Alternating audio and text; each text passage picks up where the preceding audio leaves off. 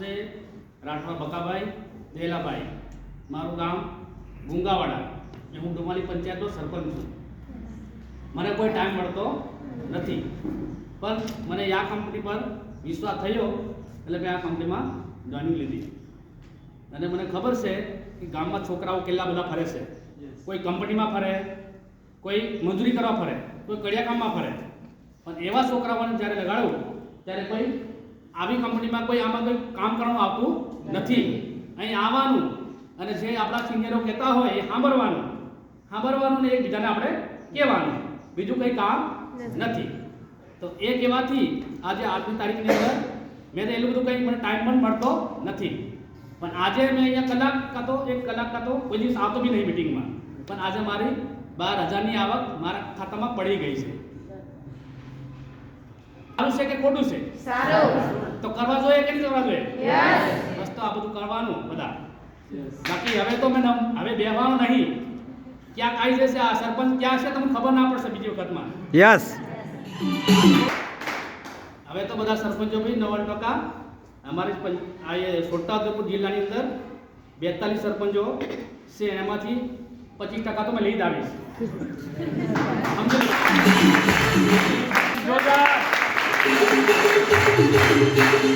બીજા નંબરમાં એવી રીતે મારા ગામના બહુ કંપનીમાં કામ કરતા, ખાતરની કંપનીમાં બહુ જાગૃત માણસ છે.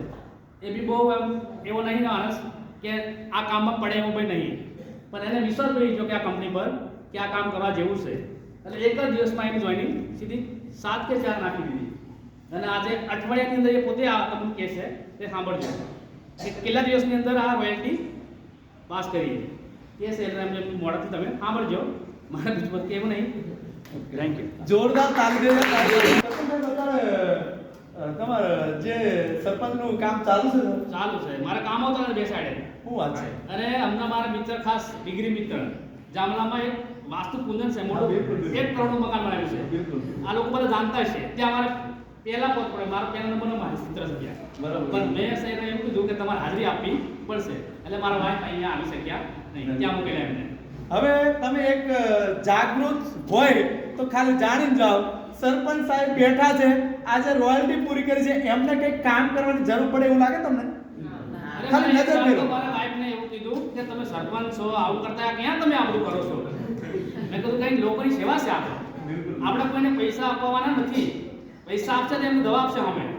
આ કંઈ ખોટું નથી. મેં પહેલા જીએનમાં બી કામ કર્યું જ્યારે સરપંચ નહોતો ત્યારે, પણ એ બધું પૈસાનું ઇન્વેસ્ટ થયું. અને આ સારું છે, તમને લાગ્યું સારું. મેં 1 જ કલાક ઉભો રહ્યો હતો અહીંયા મિટિંગમાં, પણ ડાયરેક્ટ તમને 7 આઈડી મેં ડાયરેક્ટ નાખી દીધી. હવે જો સરપંચ સાહેબ કામ કરતા હોય તો આપણે કામ કરવું જોઈએ? કરવું જોઈએ? એટલા વ્યક્તિ નજર આવે કે ખરેખર કરવું જોઈએ કામ. તો સરપંચ સાહેબ આજે કીધું એમના પંચાયતની અંદર જેટલા પણ સરપંચ છે આવનાર ટાઈમમાં 25% એમના ડાઉનમાં સરપંચ સાહેબ કામ કરશે એવું કહે છે. તમે જાગૃત હોય તો સરપંચ સાહેબને તમે લાવજો, ને સરપંચ સાહેબ લાવવાના છે બરાબર. એટલે તમારા ભાઈબંધો સરપંચ સાહેબને જોડે ના જાય એવું રાખજો, તમારે લઈ આવજો. ઓકે, જોરદાર તાલી.